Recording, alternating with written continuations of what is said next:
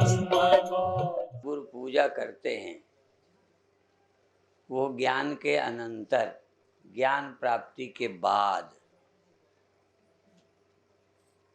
जिनकी कृपा से कुछ पाना बाकी नहीं रह गया, फिर उनको चाहे पूजा कहो, धन्यवाद कहो, चाहे उनकी कृपा के बाद अपने जीवन की धन्यता गुरुदेव के चरणों में अर्पित करना।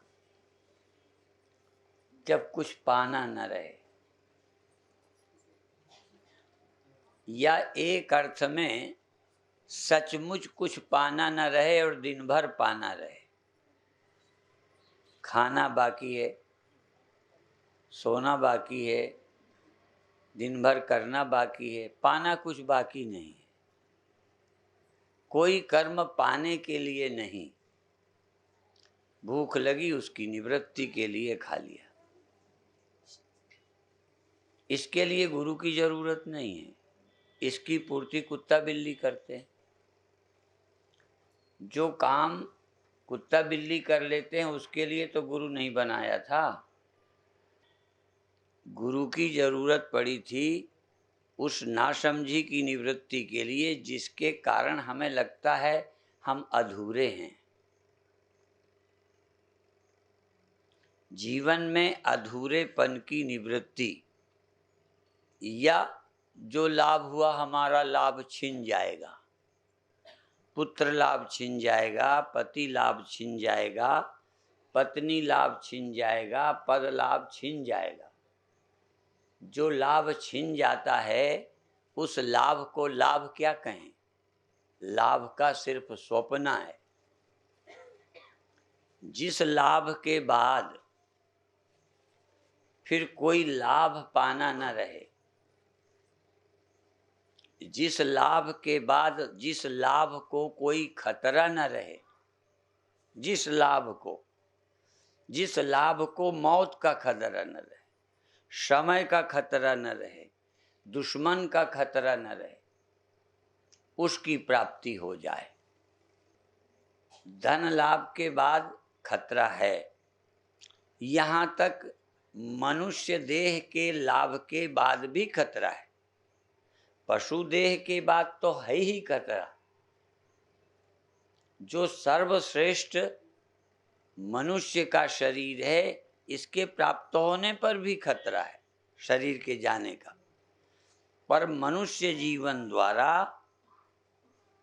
गुरु के ज्ञान द्वारा, उपनिषद की विद्या द्वारा जिसकी प्राप्ति होती है, उसमें फिर देह जाने का खतरा भी खतरा नहीं रह जाता। यदि ऐसा नहीं है तो गुरु बनाकर आपने उस रास्ते पर चलना ही शुरू नहीं किया, चलना ही शुरू नहीं किया। गुरु के बनाने का प्रयोजन है उस आत्म सत्य की प्राप्ति, खोज। तो गुरु का पूजन क्यों करें? कि हम इस रास्ते पर चलना चाहते। जिन्हें इस रास्ते पर चलना है उन्हें गुरु की जरूरत है। यूँ तो हर काम के लिए गुरु होते हैं, उनको भी हम धन्यवाद देते हैं, उनका भी हम एहसान मानते हैं। लेकिन ये गुरु पूजा का जो दिन होता है, वो सामान्य रास्ते पर चलने वाले गुरु की बात नहीं है। यह है उस गुरु की जो संसार की सभी चिंताओं की निवृत्ति करता है। यहाँ तक जो सबके जीवन में घटता है, वो ज्ञानी के, गुरु के जीवन में भी घट रहा है। उसी तरह की मौत, उसी तरह का बुढ़ापा, उसी तरह की भूख प्यास। फिर भी ज्ञानी को कुछ पाना बाकी नहीं रह गया। इसका अभिप्राय जो मुख्य समस्या थी अज्ञान से होने वाली, उसकी निवृत्ति हो गई। कोई ज्ञानी भूख की निवृत्ति के लिए गुरु नहीं बनाता। हमने भी गुरुदेव को भूख की निवृत्ति के लिए गुरु नहीं बनाया था। या लौकिक असुविधाएं कम हो जाएं, उसके लिए गुरु नहीं बनाया था। परमात्मा क्या है, ये जन्म मरण का चक्कर क्या है, क्यों है, इन समस्याओं के लिए गुरु चाहिए था। तो जो इसके लिए गुरु बनाते हैं उनका पहला दिन गुरु पूजा।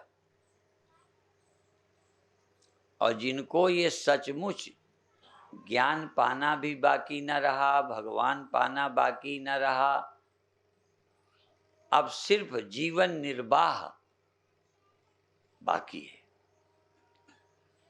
तो जीवन न रहे तो जीवन निर्वाह की जरूरत नहीं रही, रहेगा तो निर्वाह करेगा ही। अपने लिए अब कुछ बाकी नहीं रह गया, जिस लिए जन्म लिया था वह पूरा हो गया है।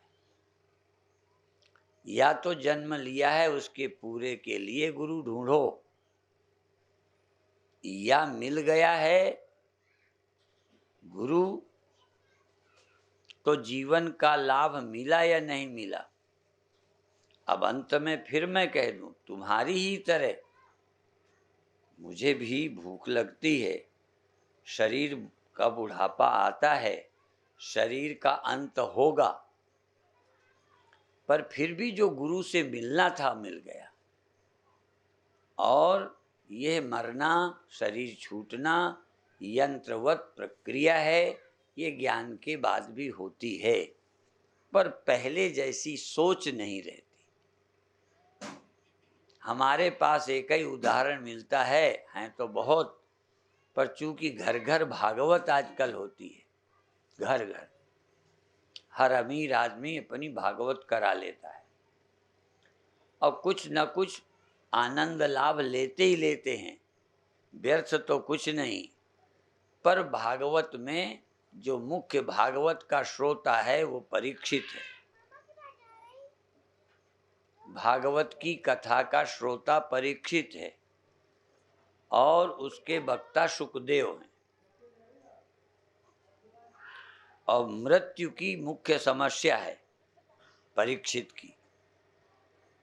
तो बाहरी घटना शरीरांत की, लोगों की दृष्टि में और सांप के काटने की, दोनों ज्यों की त्यों हुई हैं।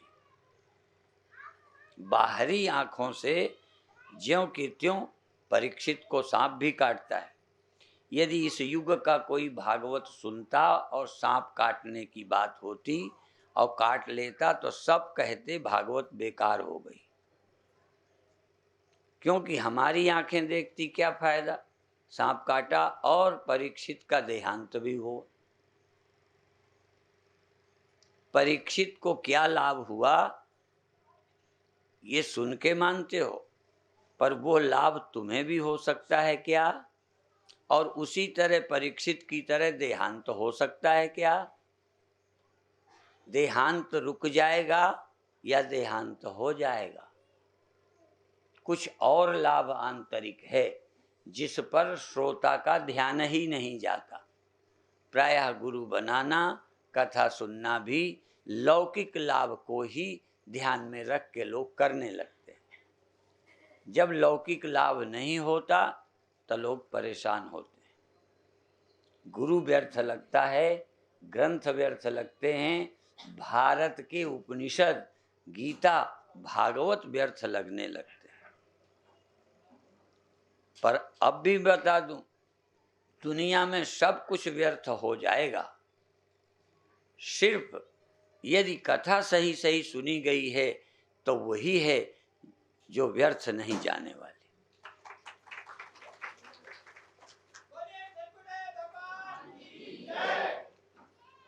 और यदि कथा व्यर्थ चली गई तो फिर सार्थक कुछ भी नहीं, क्योंकि और तो सब व्यर्थ होना ही होना है, आज हो चाहे कल।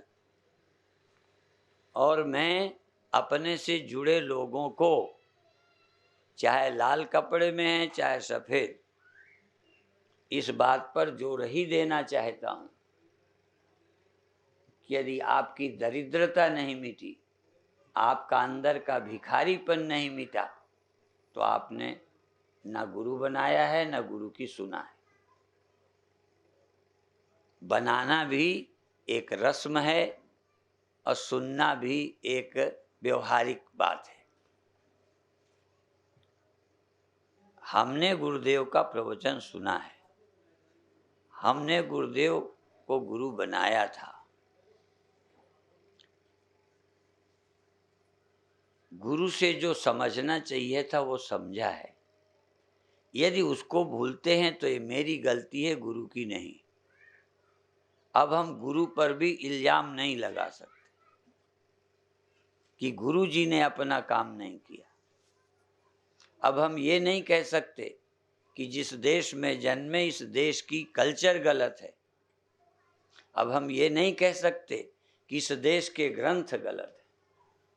अब हम कह सकते हैं इतने समझने के बाद भी कि यदि थोड़ी बहुत कमी है तो अब मेरी ही है, जो मैं उसको सुनकर भी अंदर धारण नहीं करता। जरूर दुर्बलताएं रहती हैं। जैसे व्यवहारिक मामले में कोई माता पिता अपने बच्चे को कहें ये मत खाया कर, ऐसा काम मत कर, तो फिर भी नहीं माना, फिर नुकसान हुआ। अब नुकसान हुआ तो अब ये तो नहीं कह सकता माता पिता मेरे गलत है। वो ये कह सकता है माता पिता सही थे, मैं ही गलत जो मैंने नहीं माना। यदि ना कहते माता पिता तो ये इल्जाम माता पिता पर जाता। यदि गुरु सच्ची बात ना बताते तो ये दोष मेरे गुरु पर जाता। यदि भगवान के विषय में हमारे ग्रंथ न बताते तो ये ग्रंथों की गुरुओं की गलती थी। भगवान के विषय में भी भगवान की अब गलती नहीं है। फिर ध्यान दो, भगवान न मिलने के लिए जिम्मेदार भगवान नहीं। भगवान के न मिलने से जो दुख है इसका जिम्मेदार अब भगवान नहीं। क्योंकि भगवान ने क्या किया, जिससे भगवान जाने जा सकते हैं मनुष्य तन दे दिया। जिससे भगवान जाना जा सकता है ऐसे गुरुओं को मिला दिया। भगवान की जिम्मेदारी खत्म। अब भी यदि कोई नहीं तरता, जो न तरे भव सागर, नर समाज अस पाए, सो कृत निंदक मंदमति, आत्म हन गति जाए। नहीं सुनता, ध्यान नहीं देता, फिर भी कुछ न कुछ बाहरी चीजें बचाने का आशीर्वाद लेता रहता है। ना तो भगवान बचा सकता है और जिस तरह से तुम गुरु से आशा करते हो वो भी नहीं बचा सकता। जैसे परीक्षित को भागवत ने भी नहीं बचा पाया। जिसको भागवत ने नहीं बचाया, जिसको सुखदेव ने नहीं बचाया, उसको स्वामी परमानंद बचाएंगे। इस बकरे की मां कब तक खैर मनाएगी? बकरे को बचाकर उसकी मां कब तक खुश होएगी? इस देह को कब तक बचाओगे? और ये बचाने की भूख क्यों है? क्योंकि तुम अभी देह ही हो। 100% तुम्हारा ध्यान, तुम्हारी समझ है कि ये आदमी हूं मैं और इसका न रहना खतरा। तुम देह नहीं हो, इसके न रहने से तुम्हारा कुछ भी बिगड़ता नहीं, पर ये अभी भी समझ में आता नहीं। परीक्षित को 7 दिन में यही समझ आया कि मैं देह नहीं हूं, इसकी मृत्यु मेरी नहीं है, मैं ब्रह्म हूं। तुम जहां देह होने के अभिमान में फंसे हो, तहां दूसरी कमजोरी है कि तुम अपने को ब्रह्म मानने से डरते हो और सब मानने को तैयार हो। पापी मानने को तैयार हो, हिंदू मानने को तैयार हो, और जाने क्या क्या मानने को तैयार हो। थोड़ी सी चीजों के अभिमान में फूल जाने वाले हो पर मैं ब्रह्म हूँ ना तो जचता है, ग्रंथों के कहने पर भी ध्यान नहीं जाता, और न समझ आने पर समझने का प्रयास नहीं है। और समझना है तो यही समझना है कि मैं ब्रह्म हूँ, पर मैं ब्रह्म हूँ इस समझने के पहले मैं ब्रह्म हूँ समझ नहीं आएगा। मैं ब्रह्म हूँ समझने के पहले यह समझ में आना चाहिए कि देह में नहीं। ये समझना आधार है, सहयोगी है मैं ब्रह्म हूँ समझने का। मैं नहीं मरूंगा ये समझने के लिए ये समझना जरूरी है कि मैं देह नहीं हूँ। मैं देह हूँ और मरूंगा नहीं, ऐसा किसी को समझाया जा सकता है कि तुम देह हो पर मरोगे नहीं?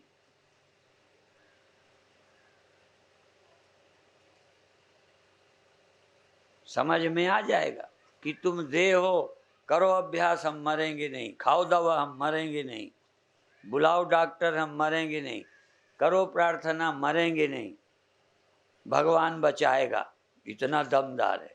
और हम बता दें, देहाभिमानी को भगवान भी मरने से नहीं बचा सकता, कोई रास्ता ही नहीं है। कर लो प्रार्थना। इसका मतलब ये नहीं है कि दवा कुछ दिन नहीं बचाती, इसका मतलब ये नहीं कि गुरु का आशीर्वाद बिल्कुल मदद नहीं करता, इसका मतलब नहीं है कि भगवान तुम्हारी सहायता नहीं करता, पर देह को अमर नहीं करता। भगवान देह को अमर नहीं करता, गुरु देह को अमर नहीं करता। गुरु तुम्हारा देहाभिमान छुड़ाता है। और दूसरी बात बता दूं, पहले तो देह अमर नहीं होगा, पर देह में तुम आते हो सुबह या नींद खुलती है तो देह में आ जाते हो। नींद आती है देह छूट जाता है। तो दूसरा अभिमान है कि मैं जीव हूं। देह का अभिमान तो मूर्ख को है, पर मैं जीव हूं, कर्ता भोगता हूं, जन्म लेता हूं, जन्म लूंगा और अनेक जन्मों में सुख या दुख भोगूंगा। ऐसी जगह तलाश कर रहा हूं जहां जाऊं फिर दुख ना हो, स्वर्ग चला जाऊं, पर वहां भी खतरा है लौटने का। यह जीवाभिमान है। पहले लोग हैं देहाभिमानी, दूसरे लोग हैं जीवाभिमानी। और ऐसे ही नहीं है, हम भी जगते हैं और देह का संबंध हो जाता है। हम जगते हैं तभी इस देह में होते हैं, और तभी तुम्हारे सामने हम और हमारे सामने तुम। यदि इस समय भी नींद में होता मैं, देह नहीं, मैं, देह यही होता, पर तुम यदि सोए होते तो न मेरा प्रवचन सुनते, मैं सोया होता तो न तुम्हें सुनाता। ये दूसरा तुम्हारा मैं है। इधर से शुरुआत करें तो पहला मैं मेरा देह है, और आगे चलें तो दूसरा मैं मेरा अंतःकरण या जीव है, वो मेरा मैं है, वो रोज जगता है। एक ये मैं है जो जन्मता है, जवान होता है, बूढ़ा होता है, समाप्त होता है। ये मैं सबका एक जैसा ही है। दूसरा मैं इसके भीतर रहता है। जैसे प्याज का छिलका निकालो तो भीतर क्या रहती है, और जिसको निकाला वो क्या है। हम छोटे में प्याज खाते थे, अब तो साधु होके जरा मना करते ना, भूनते थे और ऐसे करते थे, ऐसे दबाते थे तो भीतर वाली निकलती थी, तो ऊपर वाली खा लेते थे, फिर दबाते थे। है? तो तुम भी दबाओ ना, इसके प्याज के छिलके निकालो, फिर देखो क्या मजा आता है प्याज में। ये सबसे ऊपरी मैं है जिसमें करोड़ों लोग जीते हैं। दूसरी मैं है धर्मात्माओं के पास, महात्माओं के नहीं, धर्मात्माओं के पास। दूसरी मैं धर्मात्माओं के पास है जिसके द्वारा इस देह को मैं मानते हैं। वो मैं इसमें रहती है। ये जब छूटता है तो दूसरा घर ढूंढ लेती है। ये दूसरी मैं है सबकी, धर्मात्माओं की। इसलिए धर्म पुण्य करते हैं, अगले जन्म में अच्छी जगह मिले, अच्छा शरीर मिले, अच्छा परिवार मिले, अच्छा देह मिले, अच्छी योनि मिले। ये जीवाभिमानी धर्मात्मा हैं और वो उसको ठीक जगह मिलने के लिए पुण्य करते हैं, व्यर्थ नहीं है। यदि जाओगे तो कर्म के अनुसार जाओगे। यहाँ जहाँ आके बैठे हो, ये पहले जन्मों के कर्म के अनुसार बैठे हो। ये जगह तुम्हें पसंद है नहीं, मैं नहीं जानता, पर मिली तुम्हारे कर्मों से। जो परिवार मिला है तुम्हारे कर्मों से। अच्छा मिला है, बुरा मिला है, छाती कूटने से कुछ होने वाला नहीं है। कितना कूट लो, तुम्हारे ही अपने कर्मों के फलस्वरूप देह मिला है, परिवार मिला है। यहाँ तक 2 दिन को मिले, 2 साल को मिले, नौकर भी तुम्हारा तुम्हारे पुण्य से मिला है। और तुम उसको जो मिल जाते हो नौकर को, वो उसके पुण्य का है। तुम यदि बुरे हो तो उसके पाप से तुम उसे मिले, वो बुरा है तो तुम्हारे पाप से वो तुम्हें मिला। वो मिला है, कुछ करो, भोग के छुट्टी करो, वो तो निपटना है। पर तीसरी अवस्था है जो नेचर से आ जाती है, गहरी नींद, जो लगभग मुक्ति की तरह है पर मुक्ति नहीं है, और वो है गहरी नींद, सुषुप्ति। इस शरीर की 3 हालतें, जवान, बच्चा, जवान, बूढ़ा, मौत, उसकी अवस्थाएं 3 हैं, जागृत, स्वप्न, सुषुप्ति। जागृत में इस देह में रहता है, स्वप्न में बिना इस देह के देह बना के रहता है। जागृत में इन दुनिया के लोगों से सुखी दुखी होता है।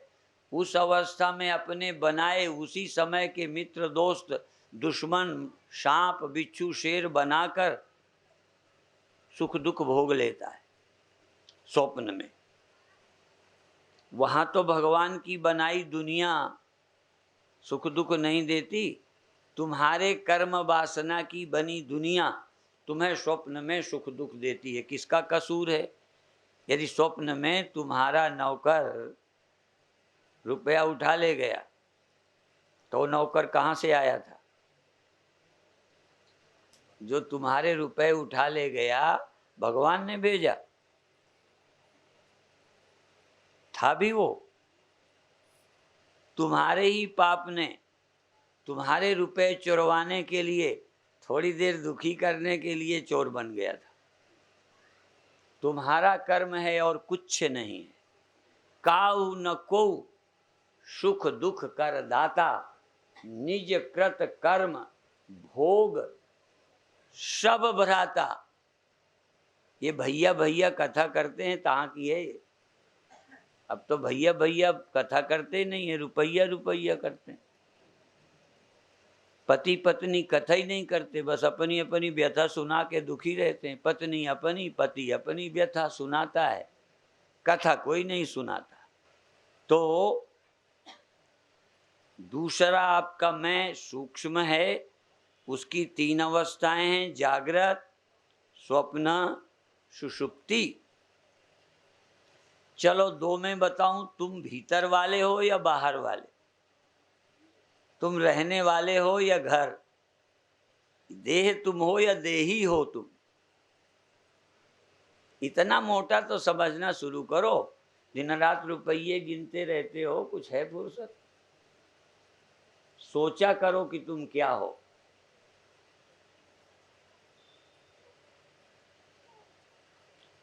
देह ही अकेला है, तुम हो ही नहीं भीतर। अब देह और तुम दोनों एक ही हो। तुम इस देह में जागृत भर में रहते हो, इस देह के रहते तुम दूसरे घर स्वप्न में रहते हो। तीसरी जगह है जहां तुम्हें कोई दुख नहीं रहता, पर तुम अज्ञानी वहां पर भी हो। दुख नहीं है वहां, कोई पापी पापी नहीं है, कोई गरीब नहीं है, कोई महात्मा नहीं है। गहरी नींद में किसी को महात्मा होने की खुशी नहीं है, किसी को पापी होने का दुख नहीं है, गरीब होने का नहीं है। ये सब जागृत और स्वप्न में है कर्म भोग का मामला। गहरी नींद में कर्म के फल भोग से हम मुक्त हो जाते हैं। इसलिए गहरी नींद सबकी एक जैसी होती है। कर्म का फल जहाँ भोगते हैं तहाँ एक जैसे नहीं है। इसलिए जागृत और स्वप्न, सुख और दुख एक समान नहीं मिल रहे हैं, थोड़ा कम ज़्यादा मिलते हैं, पर गहरी नींद में सब समान रहते हैं। पर ये भी ब्रह्म ज्ञान नहीं है, प्रकृति से मिला है। तो तीसरी ये है, अब हमको, हम क्या हैं? देह हम नहीं हैं। ये इन तीनों अवस्थाओं से जो मैं मालूम पड़ रहा हूँ, जगना सोना, मेरे गुरुदेव कहते थे जागृत स्वप्न सुषुप्ति हैं बुद्धि की अवस्था। जैसे देह की हैं ऐसे बुद्धि की हैं। मैं बुद्धि से परे हूँ, याते सदा शिवोहम। अब ये शिवोहम तो कह भी दो तब भी बात नहीं बनती, विरोध करो तब भी बात नहीं बनती। कहना नहीं है, कहना मना नहीं है, पर जरा समझ के बोलो। सरदार बोलते हैं ना, बोले सो। हम भी यही कहेंगे, हमारे गुरुदेव भी सब कहते थे सोहम बोलो, सोहम बोल, सोहम बोल, तेरा क्या लगना है मोल, सोहम बोल, सोहम बोल। क्या करता जीवन की आशा, जैसे जल में पड़ा बताशा। जल में पड़ा बताशा कितने दिन का रहेगा? क्या करता जीवन की आशा, जैसे जल में पड़ा बताशा। दुनिया देती बुरी दिलासा। कोई चिंता मत करो, हम डॉक्टर साहब को बुलाएं, बुला लेना। दुनिया देती बुरी दिलासा, देती है दिलासा, और दुनिया वाले दिलासा दें उनकी तुम मान लेते हो। कोई ऐसा है ही नहीं जो दिलासा न दे। पर हम लोग कहते हैं ये बतासा के बचाने की पानी में पड़े की आशा करते हो। तुम कुछ न करो, थोड़ा थोड़ा घुल रहा है। गर्मियों में पहले हम बतासा डुबो के खाते थे, काहे में? पानी में, ऐसे डुबाया खाया। ये बड़ी भारी मिठाई थी। तो ये बताशा को समय डुबो डुबो के पानी में खाता रहता है। और यदि ये समझ आ जाए जब गाड़ी से उतरना ही है तो थर्ड क्लास में, सेकंड क्लास में, फर्स्ट क्लास में, किसी क्लास में, एसी में सफ़र कर लिया, एक आराम से एक थोड़ा तकलीफ से।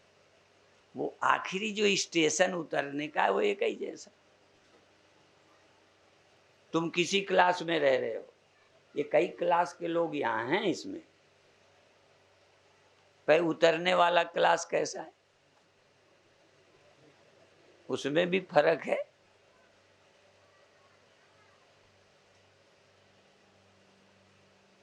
लोग डिब्बा दिखा दे, वो स्वामी जी उसका डिब्बा कितना अच्छा है, उसकी सीट की। मैंने कहा हाँ, सीटें ही देखते रहो, उतरने का ख्याल मत करना।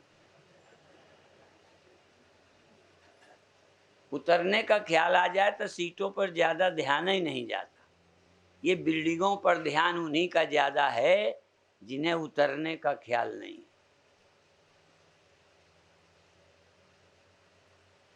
कई बार हमारे आश्रमों में जुड़े लोग कहते हैं हमें क्या मिला, क्योंकि जिसको आश्रम मिल गया लगता है मिला, हमें तो आश्रम मिला नहीं तो कुछ मिला ही नहीं। और जिन्हें आश्रम मिला और कहीं वो भूल गए आश्रम ही में, तो उनका मिला कुछ नहीं, जो मिलने का अवसर था वो जरूर खो गया। मिलने का अवसर वही है जब आश्रम में खोया है। ये जरूरी नहीं है कि तुम्हारा दुकान में खोता है, बाबाओं का आश्रम में खो जाता है। किसी पाई हुई चीज को सार समझ के बैठ गए, इससे ज्यादा बेवकूफी क्या होगी।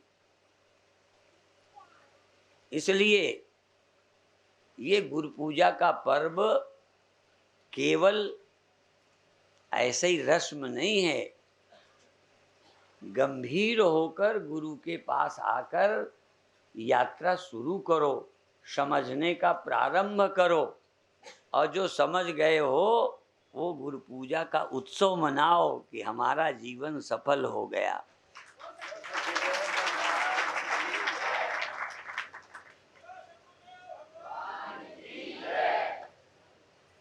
और जिनका उत्साह, हाँ देखो, आज ही नहीं, जो गुरु पूजा का उत्सव मनाते हैं भले रोज हंसते नहीं या चिल्लाते नहीं, पर उनकी गुरु की प्राप्ति का उत्सव रोज है। वो मृत्यु के दिन भी चलो नहीं हंसते मिलेंगे, क्योंकि चेहरा तो, शरीर तो समय से प्रभावित होगा। हो सकता है गुरु से प्राप्त ज्ञानी का भी चेहरा, शरीर उस दिन स्वस्थ न हो, हिलने लगा हो, कपने लगा हो, दर्द होने लगा हो, पर वो यहाँ रहकर भी वो जानता है मैं कौन हूँ। जब सांप काटता है तो उसका जहर भी शरीर पर प्रभाव डालता है। परीक्षित के शरीर में भी पड़ा होगा, पर परीक्षित पे नहीं पड़ा। परीक्षित के शब्द हैं अहम ब्रह्म, जिससे तुम डरते हो ना। परीक्षित कहते हैं अहम ब्रह्म परम धाम ब्रह्मा हम परमम पदम। मैं पर ब्रह्म हूं, मैं व्यक्ति नहीं, मैं जीव भी नहीं हूं। ये सो जाना जग जाना ये मेरा स्वभाव नहीं है। जन्मना मर जाना देह का है, जग जाना सो जाना अंतःकरण का है। मैं आज तक न आया हूं, न गया हूं, न जगा हूं, न सोया हूं। अब ये गप्प सी लगेगी कि जगा भी नहीं, सोया भी नहीं। और जब ये समझ में आने लगे जगना क्या, रोज जगना होता है पर मैं नहीं जगता, रोज सोना होता है पर मैं नहीं सोता, शरीर बदलता है पर मैं नहीं बदलता, ये समझने का नाम ब्रह्म ज्ञान है, आत्मज्ञान है। उस समझने में रोज दिक्कतें आएंगी, मुझे मालूम है। व्यवहार में हम भी बताते हैं सुबह इतने बजे जगते हैं, राम भी जगते हैं, राम पुत्र भी हैं, राम जगते भी हैं, सोते भी हैं, संध्या भी करते हैं। संध्या करन चले दो भाई, रामदेव भी हैं, राम जीव भी हैं, राम ब्रह्म भी है। राम, सच बताऊं, 4 राम हैं। एक देह राम है, एक जीव राम है, एक ईश्वर राम है, एक ब्रह्म राम है। ईश्वर राम और ब्रह्म राम ये जल्दी समझ नहीं आता। 4 राम हैं। एक राम दशरथ का बेटा, एक राम घट घट में लेटा, एक राम का सकल पसारा माने ईश्वर, एक राम सब जग से न्यारा। अभी तो तुम्हें तीनों ही नहीं समझ आ रहे ठीक से। सब जग से न्यारा राम कौन है? न जन्म न मरण न आना न जाना न सृष्टि न विस्तार, जैसा था वैसे ही है, वैसे ही सदा रहता है, जरा भी जिसमें फर्क नहीं पड़ता, ऐसा मैं हूं, मैं। पर जब हम कहते हैं तुम ऐसे हो, तो तुम मेरा शब्द तो है तुम्हारे लिए, तुम कहां ले लेते हो? हम कहेंगे तुम नहीं मरते, तुम कहोगे हम मरते तो हैं। तुम शब्द मैंने जिसके लिए कहा, तुमने वो उसे सुना ही नहीं, क्योंकि जो तुम का अर्थ तुम जानते थे वही अर्थ कर लिया। तुम्हारा तुम देह है। और जब हम कहते हैं तुम जन्म आवागमन रहित पाप पुण्य से रहित हो, तो लोग कहते नहीं हम तो पापी बहुत, चूंकि तुम्हारा मैं अंतःकरण है, तुम्हारा मैं अभी आत्मा नहीं है। सुनने वाला जहां खड़ा है वही सुन लेता है। जैसे पंजाबी लोगों को काका कहो, यूपी वाले काका समझते हैं पिता के भाई को, और पंजाबी काका समझते हैं बच्चे को। अब देखो, तो जगह से भी अर्थ बदल जाता है। और भी तो तुम्हारा अभी मैं देह है, इसलिए ठीक नहीं पल्ले पड़ता, तो पहले एक मैं छोड़ो, दूसरी अंदर की पकड़ो, फिर दूसरी छोड़ो, तीसरी पकड़ो, कि फिर आते हैं, फिर जाते हैं कहीं से स्टोर से, फिर उसको पकड़ लो जो राम के पास चौथा था। हमारे यहाँ भी तुरीय बोलते हैं, उस तुरीय को, परम सत्य को पहचानो और मुक्त हो जाओ।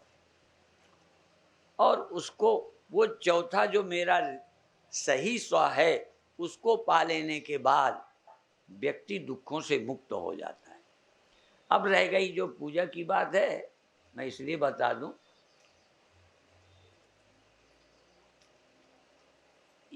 सचमुच आपका दिल करे वहां बैठे, देखो लाइन में लगे क्या कर लोगे जल्दी, जिनको बहुत जल्दी है, आज तो इतवार है ना, ये संयोग की बात है कि इस बार झांसी में पूजा का दिन छुट्टी वाला मिल गया,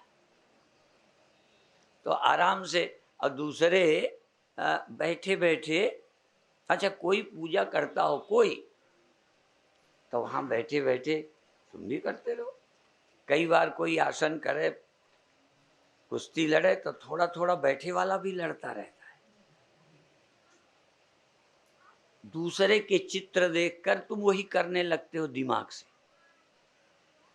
तो पूजा बैठे बैठे खूब करते रहो, लोगों को देखो, देख देख के इतना तो तुम पहले ही कर लो। बैठे बैठे आनंद में डूबो, प्रेम में डूबो, पूजा का आनंद लो, फिर ज्ञान का भी मिलेगा। जो पूजा का आनंद ले लेता है, श्रद्धा करता है, वो ज्ञान का, इसलिए श्रद्धावान लभते ज्ञानम। जो गुरु के प्रति श्रद्धा रखता है, ज्ञान उसके हृदय में आने लगता है। पूजा का नहीं, पूजा कर ली जल्दी जल्दी, या ऐसे कर ली, या देर ही लगा ली। देर लगाने से ज्यादा अच्छी करते हैं क्या? यहाँ देर और जल्दी का नहीं है, सवाल श्रद्धा का है। तो श्रद्धा पूर्वक पहले तो जगह से आप आनंद लेते रहो, हाँ, देख देख के खुश हो, और अंत में हम अपनी बता दें। देखो, मेरा देह भी तुम्हारी तरह है, लाइन पे लगा है। हमारे देह की अलग लाइन नहीं बनी, भगवान की ओर से कोई हम पर रियायत नहीं है। दूसरा, इसके अंदर जो रहता है जग जाना, सो जाना, वो हमारे उसका भी नियम वैसे ही है जैसे आप पर लागू है। अभी भी बंद, पर जग करके एक सोचना होता था कि ये मैं हूं, क्या मेरा है, वो जगना वैसे ही, पर जग के हम जो सोचते हैं वो तुमसे भिन्न है। बस जग करके देह में आकर क्या मानना, क्या नहीं मानना, क्या समझना, वो हम तुमसे भिन्न हैं, और वही तुमसे आशा करते हैं। और कोई भगवान की ओर से बेईमानी नहीं है। ये भारत का संविधान नहीं है कि अलग अलग मजहबों जातियों का अलग अलग चले, ऐसा नहीं है। हाँ, और इस देश के लोगों को अभी भी विदेश में ऐसे कई कानून हैं, बड़ा विचित्र है। वहाँ कई ज़्यादा जो लोग जिस कार में होते हैं उसके लिए सुविधा वाली लाइन है, जिसमें एक ही बैठा है उसके लिए दूसरी लाइन है। 4 वाला एक वाली की इनकी लाइन में जा सकता है, ये उसकी लाइन में नहीं जा सकते जिसमें 4 हैं। 4 वालों को ज़्यादा सुविधा चलने की, और उनको चुंगी में कर कम। समझ में आया? क्यों? पेट्रोल बचेगा, ज़्यादा सवारी चलते हैं, खर्च बचाते हैं, तो वहाँ अच्छे आदमी को ज़्यादा सुविधा है, यहाँ बदमाशों को ज़्यादा सुविधा है। इस देश में जनहित के कानून नहीं बन पाते। वहाँ बहुत अच्छी अच्छी कई बातें हैं जो सीखने की हैं। हम वहाँ कोई कचरा नहीं फेंकता। वहाँ से जब मैं आता हूँ तो कभी कभी कोई चीज़ ऐसी खाऊं तो छिलका जेब में डाल लेता हूँ, क्योंकि सब जगह वहाँ फेंकते ही नहीं लोग, तो अच्छी आदत बन जाती है। भारत आके फिर मैं धीरे धीरे यहीं जैसा हो जाता हूँ। तो आप बधाई के पात्र हो, कुछ अच्छी बातें सीखो, और नेता भी इस देश के हित की बात सोचें, इस देश के बच्चों के भविष्य को सोचें, इस देश की संस्कृति के लिए सोचें, इस देश के फ्यूचर के लिए सोचें कि हम अपने देश को ऐसी जगह न खड़ा करें जहां हमारे बच्चे कहीं सुख की भीख मांगे। सुख की भीख मांगने वाले को हम दरिद्र कहते हैं। फिर बताओ, भारत में साधु, अब तो बंद हो गया है, साधु भिक्षा लेके खाते थे। इसका मतलब जो खाने के लिए हाथ से रोटी ले लेता है वो भिखारी नहीं है। भिखारी तो तुम है। पत्नी से तुम क्या करते हो? सुख की आशा। पति की से पत्नी क्या चाहती है? सुख की आशा। तुम किसी से क्या मांग रहे हो? सुख, मान। राम का वनवास हो गया, चले गए। भरत का राज्य हो गया, जब राम लौट के आए तो तैयार बैठे हैं देने को। कल्पना करो जरा, वो किसके गुलाम थे? हम भिखारी लोग हैं। हम अपने सुख को पदों में, प्रतिष्ठाओं में, धन में बेच चुके हैं। दूसरों से आशा करते हैं कि हमें सुखी कर दे। अपनी समझ से तुम सुखी नहीं हो। तुम्हें खुश करने के लिए तुम्हारी देवरानी को हम डांट दें तो जेठानी खुश। एक बच्चे को सुखी करने के लिए एक बच्चे को डांटें, इतनी समझ नहीं है कि हम सुखी रहें। समझ से हमारे खुश करने के लिए, कभी हिंदू को खुश करने के लिए मुसलमान के खिलाफ बोलो, कभी मुसलमान को खुश करने के लिए हिंदू को गाली दो। ये है। इस बात से हमारी समाज खुश होता है। पंडितों को गाली दे के हरिजन को खुश करो, और हरिजनों को गाली दे के पंडितों को जरा ठंडा कर दो। बस ये जिंदगियां हैं। हमारे पास कोई ऐसी समझ नहीं कि हम किसी से कहलवाकर सुखी होने की भिखारीपन छोड़ दें। हम अपनी समझ में सुखी रहें। इसलिए हम आपसे कहते हैं, तुम बादशाह बन जाओ, शहंशाहों के शहंशाह बन जाओ। जिस दिन तुम परमात्मा को प्राप्त करोगे, शहंशाहों के शहंशाह हो जाओ। और कई लोग दुखी रहते हैं कि हमको निष्ठा नहीं प्राप्त हो रही, ज्ञान हमारे अंदर टिकता नहीं। असल में तो टिकने वाला काम थोड़ा बहुत हमारे यहाँ भी गड़बड़ है। जब भी देह की तरफ ध्यान आएगा तो न रहने का आएगा, हमें भी आएगा ना। देह की तरफ ध्यान आएगा तो न रहने का आएगा, न रहने का आएगा तो जो जो इस देह के द्वारा कर रहे हैं वो काम छूटेंगे। चाहे हम गौशाला बनाएं, चाहे हॉस्पिटल बनाएं, चाहे स्वर्ग बनाएं, कुछ बनाएंगे इसके सहारे तो इसके साथ ही काम छूट जाएगा।